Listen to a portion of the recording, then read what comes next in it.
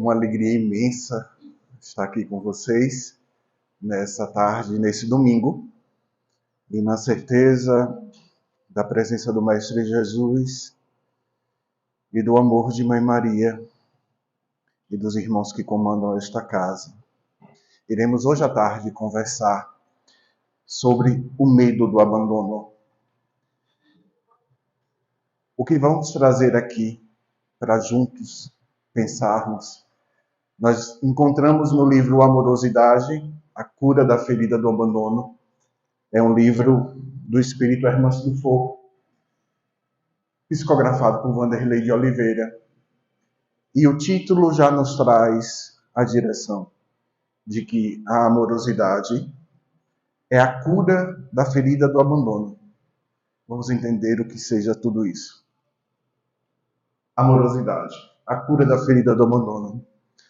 Para a gente contextualizar do que vamos conversar, Hermance do Fogo é um espírito contemporâneo de Allan Kardec, trabalhou diretamente na codificação da obra espírita do Pentateuco, mais especificadamente do Livro dos Espíritos. A segunda edição do Livro dos Espíritos teve participação direta de Hermance do Fogo. E ela, na década de 80, mais precisamente no ano de 1980, ela cria no mundo espiritual o que se chama Hospital Esperança. O que seria esse Hospital Esperança, meus irmãos? É o hospital que recebe os irmãos desencarnados, líderes e grandes estudiosos das religiões, de todas as religiões. Candomblé, umbandista, evangélico, católico, espírita. E por que um hospital para receber essas pessoas, esses espíritos? Esse hospital, ele lida diretamente com a amorosidade. Por quê? Porque são líderes religiosos que têm um vasto conhecimento da doutrina do Cristo, do Evangelho do Cristo, mas que não colocaram em prática seu Evangelho. Não colocaram em prática a Boa Nova. Ficaram no campo do conhecimento e quando desencarna, que o véu da gente some e que a gente enxerga a verdadeira verdade, eles entraram e entram em desespero, em angústia, porque na realidade tiveram a grande oportunidade de transformarem suas vidas e daqueles que os rodeavam, por serem líderes religiosos, e assim não fizeram. E nesse hospital foi criado um curso específico. Hoje em dia o hospital está setorizado, no início era todo mundo junto, hoje é setorizado por religião, então os espíritas vão para um setor, os evangélicos para outro, os umbandistas para outros. Tem como um dos grandes mestres desse hospital, que é Hospital / Escola, nosso querido Bassanufo, Eurípides Bassanufo, um dos grandes líderes deste hospital e um dos grandes idealizadores inclusive deste curso de amorosidade à luz do espírito imortal. E um detalhe, meus irmãos, esse curso é ofertado não só para os desencarnados. Este curso é ofertado para nós encarnados. Possa ser que algum de nós que estamos sentados aqui estejamos matriculados desse curso, tá? E um detalhe. A frequência desse curso tem acontecido em média de 20%. O que significa que muitos dos encarnados, na hora que vão dormir, e por isso desdobram, não estão levando a sério este curso. Não estão levando a sério aprender a amorosidade, ou seja, aprender o amor em ação. Que às vezes optamos, ao invés de dormirmos em sintonia com o amor do Cristo, optamos às vezes até a não dormir, né? A ir para uma festa, enfim. Só um detalhe. Podemos estar matriculados, então antes de dormir, que pensemos, e pedimos ao Mestre Jesus, meu Jesus, se eu estiver matriculado no curso lá de Hermans do Fogo, né, me dê força e me dê coragem de frequentá-lo e aprender. No Livro dos Espíritos, pergunta 895, Kardec pergunta aos irmãos: postos de lado os defeitos e os vícios acerca dos quais ninguém se pode equivocar, qual o sinal mais característico da imperfeição, da nossa imperfeição, da imperfeição humana? Olha o que os irmãos respondem: o interesse pessoal. Nosso interesse pessoal. E quando a gente fala interesse pessoal, lembremos que estamos falando de ego, da potencialização do eu, do meu interesse. Hermance nos diz: ao longo de milênios, a rota do espírito está repleta de feridas nascidas da profunda teimosia em escolher e prestigiar as artimanhas do ego. Então vamos começar a arrumar nossas cabeças. Lembremos que o título da palestra, da nossa conversa com vocês, é O Medo do Abandono. E o livro se chama Amorosidade, a cura da ferida do abandono. Então, o que seria esse abandono? O que seria essa ferida que precisa ser curada através da amorosidade, ou seja, com o amor? O que seria isso? O que é esse abandono? Meus irmãos, somos espíritos encarnados. Nos intitulamos almas por estarmos encarnados. Mas lembremos que somos, antes de tudo, uma centelha divina. Um projeto de Deus. E o que é Deus? Deus é amor, Deus é justiça, Deus é misericórdia. Então, por sermos centelhas divinas, projeto dele e imagem e semelhança do mesmo, somos, em essência, amor, justiça, misericórdia. Então, partindo desse pressuposto, que somos amor, justiça e misericórdia, ao encarnarmos, a gente tem muito claro na nossa mente o que é que a gente tem para fazer. Correto? Nossos planos estão muito claros, porque nossos planos são os planos de Deus. Não se pode fugir disso. Só que, o que é que a gente faz? A gente se perde no caminho. A gente começa a deixar que as paixões, que o orgulho, que o egoísmo comece a comandar os nossos passos e, pior, a nos direcionar. Isso vai causando em nós uma sensação de abandono, que na realidade é um autoabandono.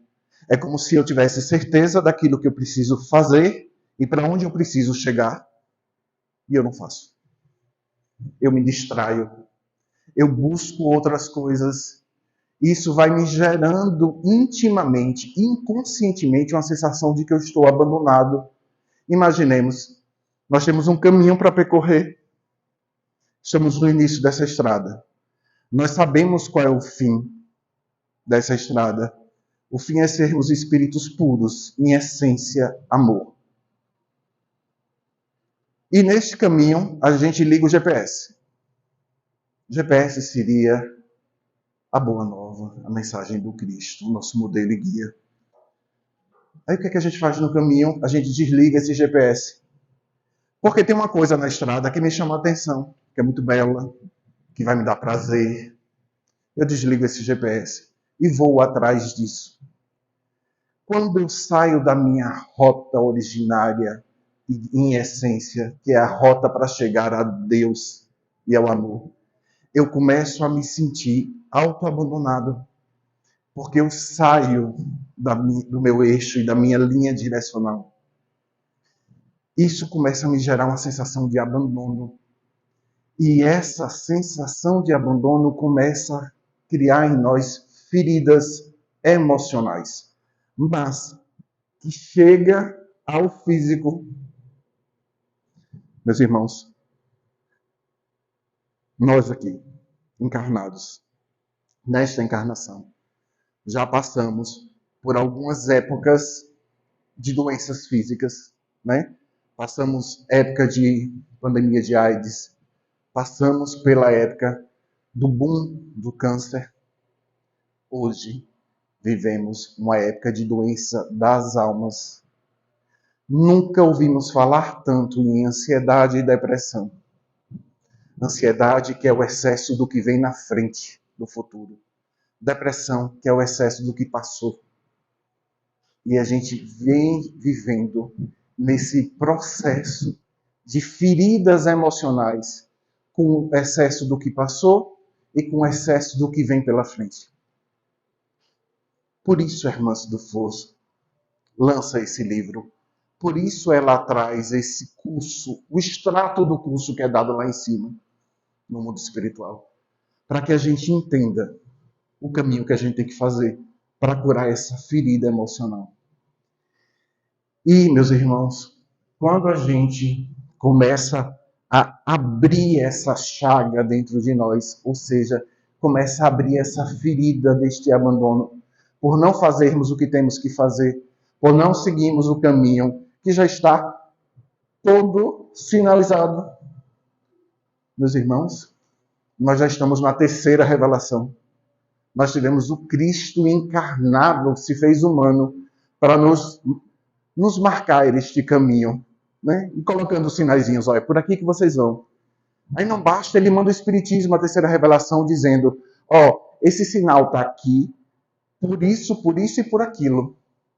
Se você não seguir esse sinal, isso e aquilo vai acontecer. Observem quanto amor e quanto direcionamento. E mesmo assim a gente insiste em não fazer esse caminho. E aí quando a gente abre essa ferida, nós temos 3 consequências. Nós desenvolvemos o medo, que é o desconhecimento de si mesmo. Nós desenvolvemos uma carência, que é a falta de si mesmo. Nós desenvolvemos a rejeição, que é a inaceitação de si mesmo.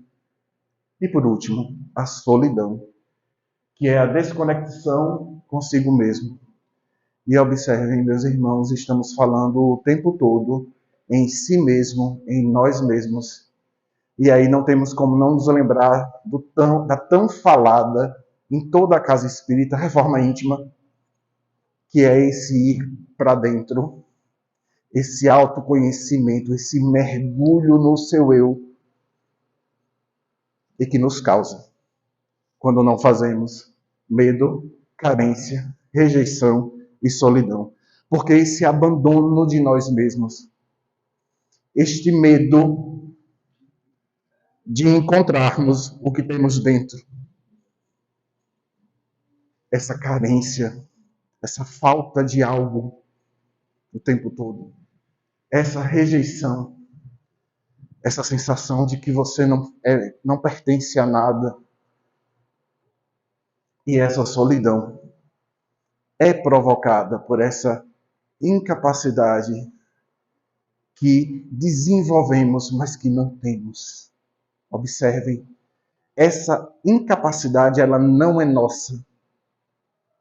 Nós estamos aqui com todas as capacidades, ou seja, com todos os talentos para vencer tudo isso. Mas a gente insiste em criar incapacidades, ou seja, enterrar talentos. Hoje, em especial, nessa tarde, a gente vai conversar mais profundamente sobre o medo. Esse medo que é esse desconhecimento de si mesmo, por não aprofundarmos, por não fazermos nossa reforma íntima, por não mergulharmos em nós, vai criando em nós insegurança, incapacitação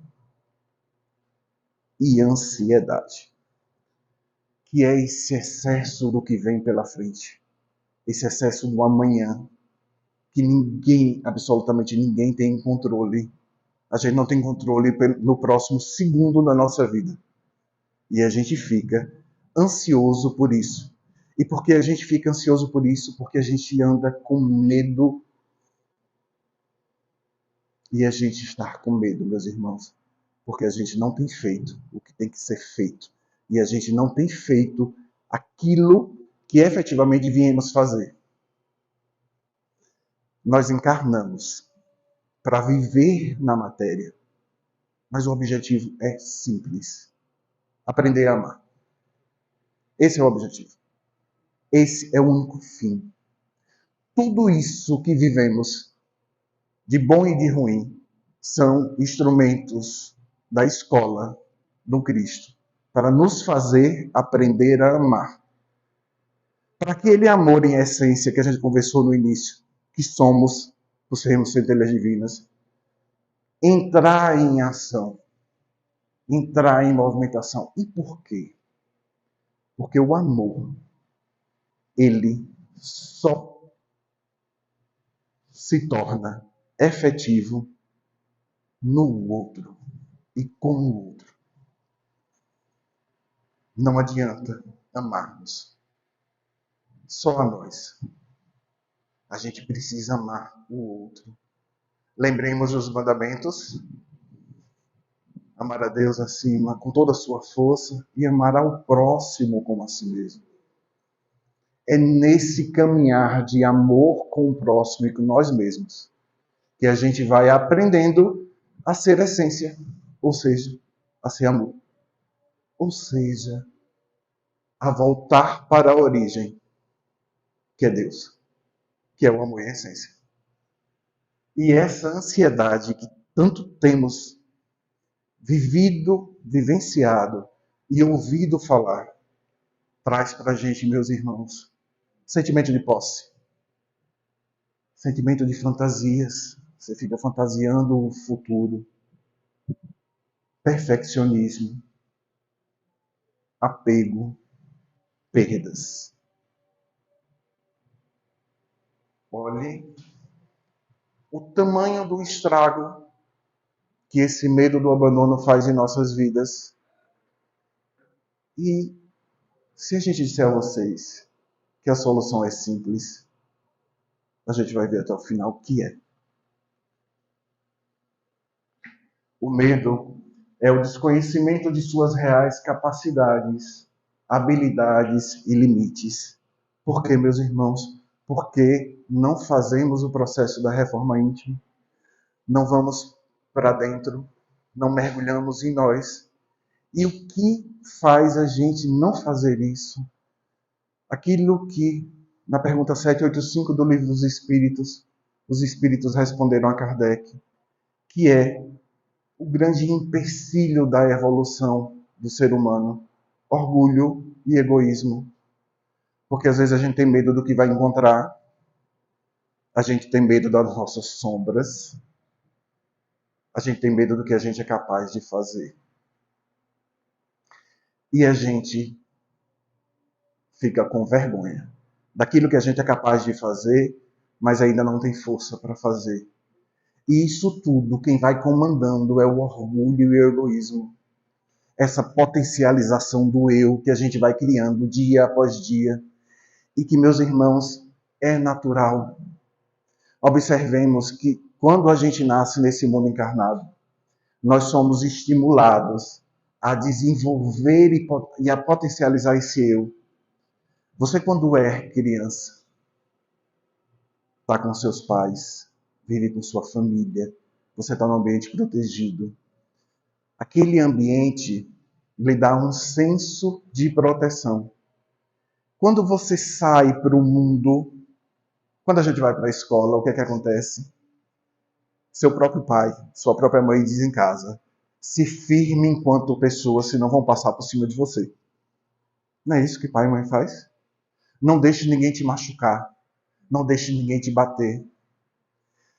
E aí, entra a adolescência. Na adolescência, o que é que você tem que se fazer? Se firmar naquele grupo enquanto ser. Então a gente vai, dia após dia, sendo estimulado a potencializar esse eu. Mas o objetivo é ser nós. É conjunto. É todo mundo junto. Onde há medo, podemos afirmar duas possibilidades: talento enterrado ou culpa não enfrentada e não resolvida. Meus irmãos, imaginemos que eu sempre faço essa alusão e essa metáfora. Imaginemos quando a gente vai encarnar, né? É como quando a gente ia para a escola, que o pai e a mãe chegam e dá a lancheira, dá a bolsa, né? E diz: Deus te acompanhe. Eu fico imaginando que quando a gente vai encarnar, nosso anjo da guarda chega para a gente e dá a lista de tarefas. Olha aqui, isso é tudo que você vai ter que passar nessa encarnação. Só que como Deus é misericórdia e amor, e nosso anjo da guarda ali está representando Deus, ele tira uma sacolinha e nos entrega. E diz: nessa sacola estão todos os seus talentos. Tudo o que você precisa para vencer essa lista está nessa sacola. Que são seus talentos, sua capacidade. E aí o que é que a gente faz? A gente não leva isso a sério. A gente fica focado só na lista e esquece dos talentos, esquece das soluções. A gente enterra nossa sacolinha em algum lugar e esquece desse talento. Já nos traz a parábola dos talentos, essa grande lição. Então, que tenhamos a coragem. E por que a gente não tem coragem? Porque a gente tem medo. A gente tem medo do que vem pela frente. De abrir essa sacola e começar a tirar o que tem lá dentro. Porque a gente vai encontrar todas as nossas capacidades de passarmos por todas as dificuldades que nos apresentam. Medo é o amor paralisado, amordaçado e exaustivo, a caminho de dores e doenças terríveis. Meus irmãos, tudo é amor. Tudo é amor. Onde dói é na ausência dele. É na ausência do amor que a dor se apresenta. É na incapacidade que vamos criando em nós de amar que a dor se apresenta. Nós estamos juntos para aprendermos a amar. Observem, Irmãs do Fogo, lá na introdução desse livro, o qual a gente convida todos a depois lerem deliciosamente esse livro. Ela faz uma referência metafórica do amor a uma pepita de ouro. A pepita de ouro, quando está enterrada, é ouro. Concordam? Ouro. Em essência, ou seja, toda a riqueza, todo o valor e toda a beleza do ouro está ali dentro. Mas quando a gente extrai, o ouro não vem puro. Ele vem coberto de poeira, de crosta da terra, de impureza. E aí, a gente precisa fazer o quê? A gente vai colocar numa máquina que vai trepidar. E essa máquina, no atrito do ouro, com o metal ou com o próprio ouro, ele vai lapidando, tirando as impurezas e polindo, para ficar em sua essência, beleza e brilho. O que eu falei agora? Lembra alguma coisa a vocês? Nós, nas nossas encarnações. Alguém faz suco sem espremer? Sem apertar? Sem triturar? Os modernos, sem botar no liquidificador? Ninguém faz suco. Ninguém extrai a essência do que é bom e do que é belo sem o atrito. E por isso que a gente está juntos nessa. Por isso que eu não sou Robson Crusoe, não encarnei numa ilha sozinho para aprender a amar sozinho. Eu tenho que amar a diferença. Eu tenho que amar o outro. Eu tenho que amar aquilo que me incomoda. Eu tenho que amar o meu inimigo. Eu tenho que amar a tudo e a todos. Porque eu sou amor em essência, ou seja, eu sou Deus. Se eu sou amor em essência, eu tenho que amar a tudo que Ele cria. E quando eu digo tudo, é tudo. Humano, mineral, vegetal, o universo, o diferente. E nesse processo de amar a tudo e a todos, eu descubro que eu sou amor. E isso basta. Pessoas que não querem ter contato com seus medos tentam controlar tudo e todos. E aí, meus irmãos, vamos trazer uma característica que a irmã se chama de perfil, que muitos de nós criamos por conta dessa necessidade de controle. E o que é que faz isso? O nosso medo. Por termos medo, e por ter medos ficamos ansiosos, porque a gente não sabe o que é que vem amanhã. Agora, daqui a 2 minutos, eu não sei o que é que vai se apresentar para mim. Eu desenvolvo medo, eu fico assustado, e aí eu passo a ser enquadrado naquilo que a irmã se chama de um perfil controlador. Eu começo a querer controlar a tudo e a todos. Mas o pior disso tudo, meus irmãos, é que a gente começa a querer controlar o nosso eu, as nossas emoções, aquilo que nós temos, inclusive de bom. Porque você fica, eu tenho isso maravilhoso em mim, não vou entregar a ninguém porque vão machucar. Ninguém vai ter capacidade de me entender dessa forma. A gente às vezes não pensa assim? E isso é controle. E o controle está com base no medo. Então, por medo de sofrer, por medo de se relacionar, por não ter aberto a sacolinha dos talentos e descobrir que mesmo naquele processo, se você for machucado e ferido, ali dentro daquela sacolinha, tem o objetozinho, a regra, para você sarar aquela dor. Simples assim. O controle tem íntima relação com o medo de perder, de que algo ruim aconteça, de ser traído, de ficar pobre, de viver, de morrer, entre tantos outros.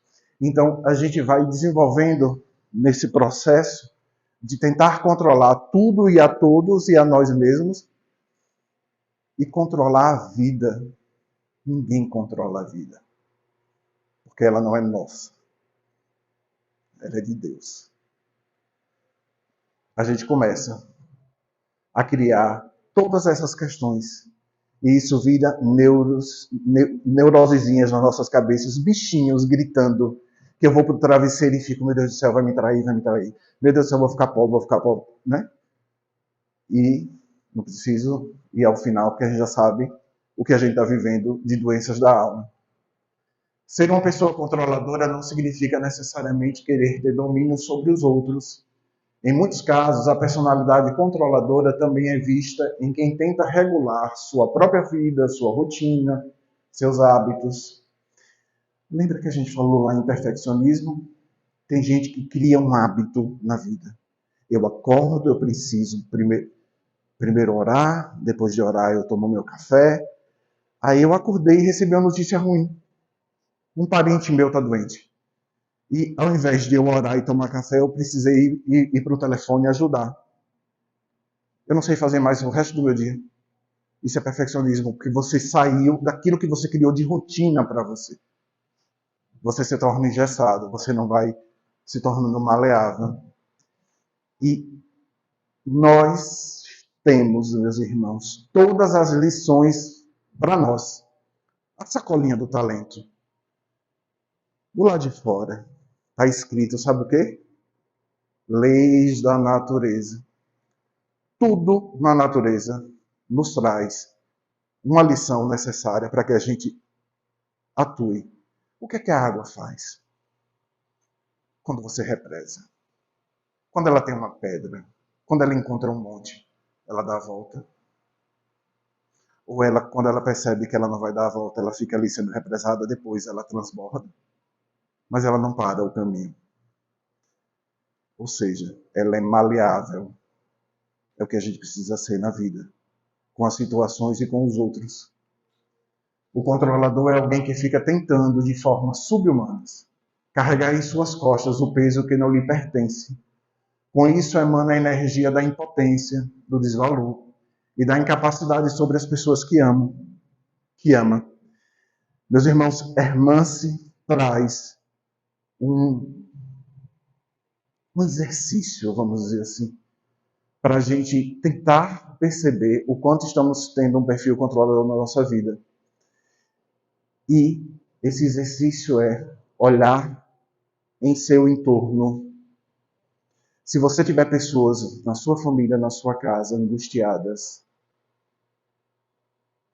com sentimentos de impotência, com sentimentos de incapacidade, isso pode ser um indício de que você está desenvolvendo o perfil controlador.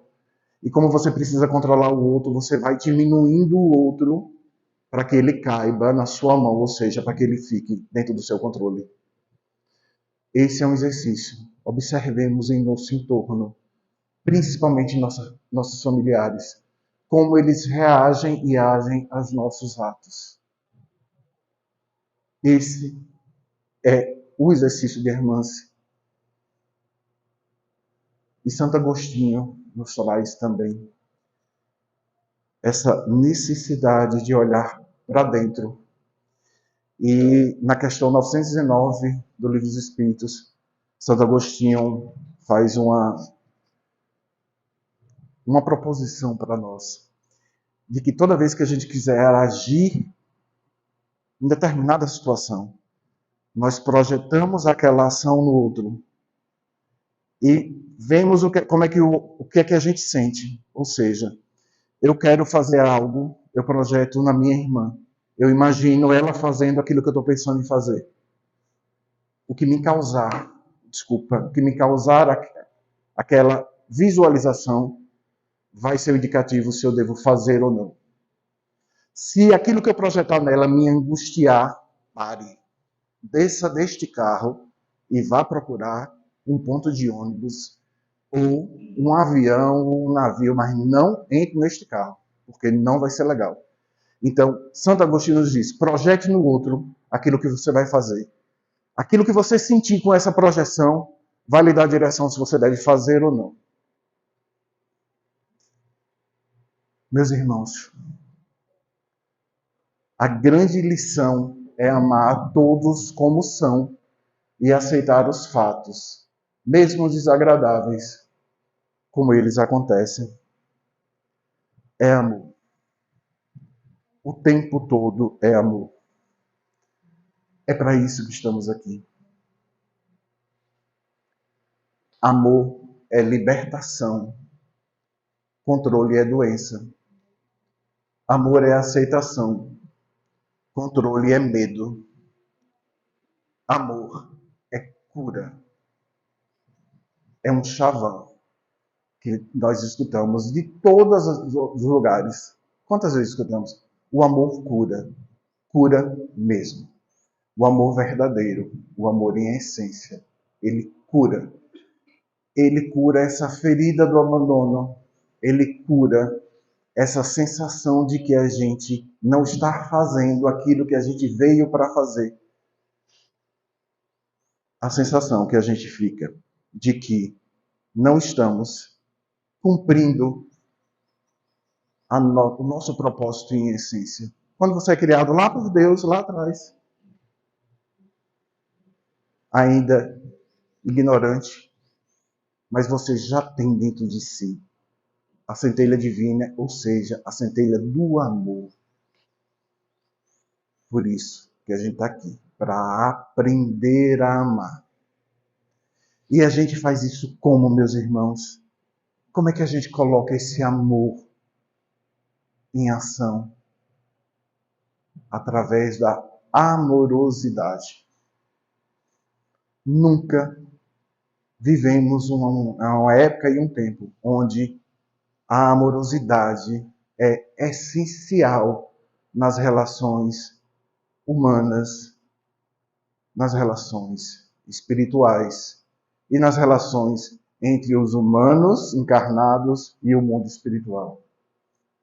Esse é o fio condutor de todas as nossas relações, a amorosidade. E amorosidade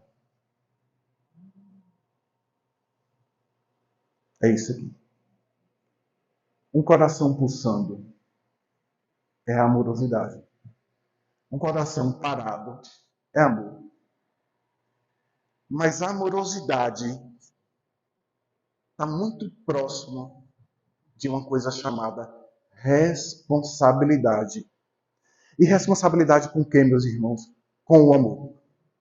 Se você é responsável com o amor, você é responsável consigo mesmo e com o outro. Imaginemos, esse coração pulsando somos nós, seres encarnados. O coração pulsa porque o sangue entra nele e faz o estímulo elétrico e o sangue entra e sai, entra e sai. Se formos esse coração de forma irresponsável, ou seja, se não tivermos a responsabilidade pelo amor que recebemos e que damos, esse sangue vai entrar de qualquer jeito e vai sair de qualquer jeito.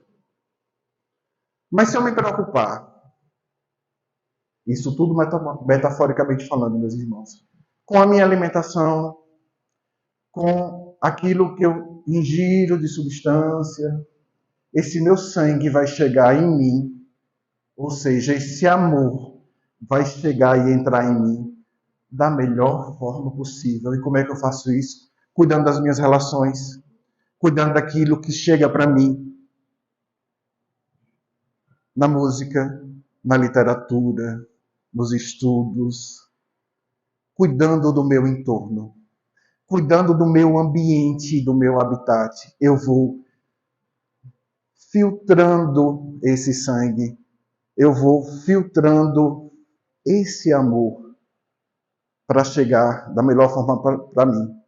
E quando ele entra no meu coração, se ele entrar cheio de nutrientes, limpo, ele vai sair e vai irrigar o corpo humano todo.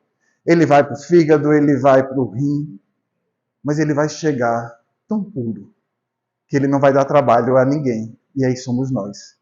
Se a gente cuida daquilo que chega para nós, quando sai, esse amor sai da forma mais pura que a gente possa conseguir.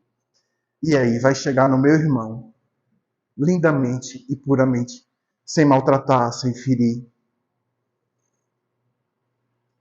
Então, por isso que a amorosidade nos chama à reflexão da responsabilidade com esse amor, com essa relação social amorosa, com aquilo que eu recebo do outro e com aquilo que eu dou.